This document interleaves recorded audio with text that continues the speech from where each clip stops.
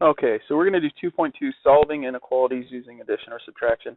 And really, solving inequalities is very similar to solving equations. So I'm just going to jump right in.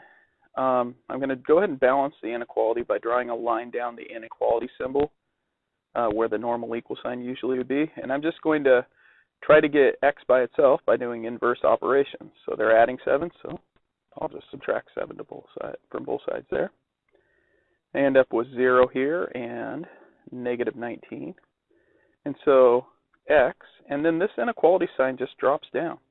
So x is greater than or equal to negative 19. Graphing that, remember I just put the 0, the negative 19, and then if it has the equal to piece, remember less than or equal to or greater than or equal to includes the value that you come up with as part of the solution set. In other words, negative 19, if I were to substitute it in for x, negative 19 is greater than or equal to negative 19. It's equal to negative 19. Therefore, we have to include that as part of our solution using a solid circle. Solid dot on negative 19 does that. And then all values that are bigger than negative 19. So the other number I put on my number lines is 0. If I were to test 0, 0 is greater than negative 19. Therefore, I'd have to shade over 0 as part of my solution set. I don't stop at 0, I shade over 0. That means like 1, 10, 100 would also work because those are all greater than negative 19.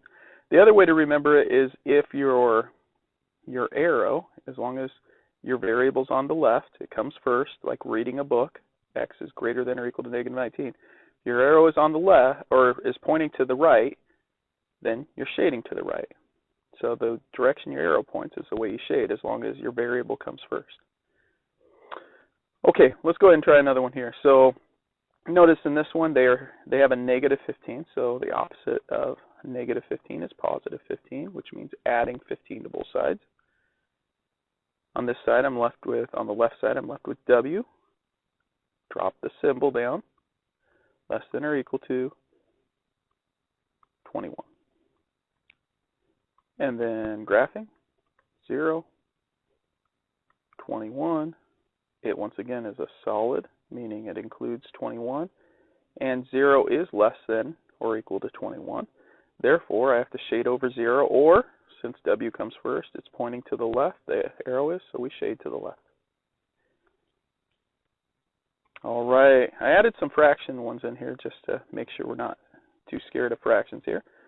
3/7. They're subtracting, so we're going to add 3/7. And notice these fractions aren't too bad. They both have common denominators here. So we get x, 8/7, and 3/7. You are counting how many sevenths. In this case, 8 and 3 is 11/7. Which, by the way, if you want to change that to a mixed number, makes it a little easier to graph. It would be 7 goes into 11 one time. And if you count up from 7, 8, 9, 10, 11, that's 4 left over.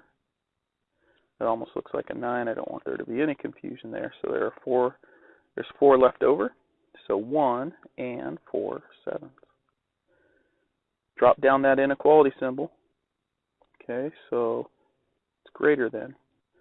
So I'm going to rewrite it just to make it a little cleaner. 1 and 4/7. Okay. X is greater than 1 and 4/7. That's in between 1 and 2. I'm okay if you're in my class just putting 1 and 4/7 and putting an open circle and then shading. Some teachers may want you to put that 1 in there and that 2. Okay, and so to see that, that would be up to your teacher. But there we've got it.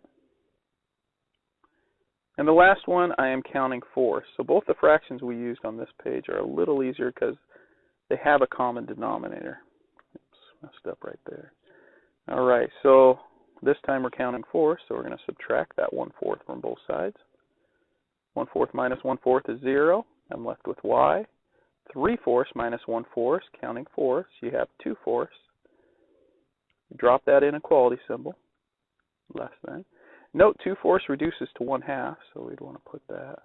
Okay, and I'm going to rewrite it. Y is less than 1/2. And once again, I would be okay with you putting 0, 1/2, and that open circle and shading. Some teachers may want to see the 1 in there as well. That's up to you, or up to them, I guess. That's all there is to it when you're dealing with adding and subtracting, just basic addition and subtraction and inequalities. Good luck.